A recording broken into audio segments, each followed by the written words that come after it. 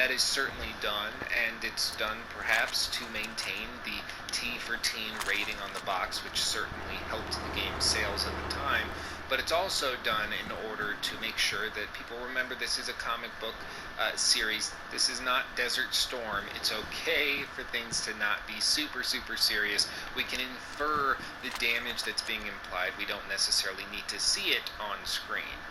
The things we do see on screen, however, can be disturbing when they happen, such as at the very end of the game we do see the Joker biologically altering his body in order to have a physical influence over Batman to the point where he feels as though he can take over Gotham and finally realize all these dreams and hopes and desires that he's dreamt of.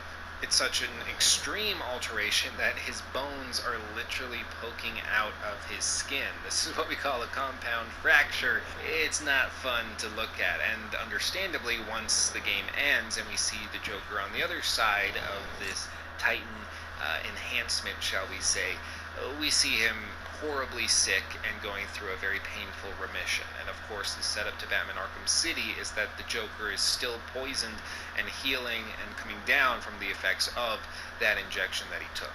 But he's certainly not the only villain. There's many others, such as Harley Quinn, who is very ditzy and not what I would consider a serious threat, even though she does seem to be totally out of her whacker. But we also run into Zsasz, who on the other side is not very ditzy or fun, but is totally insane, and I would argue is easily the most underutilized character in this entire game. He has so much potential as a mass murderer, serial killer who's unbelievably crazy, that the fact that they don't use him to his full potential is a little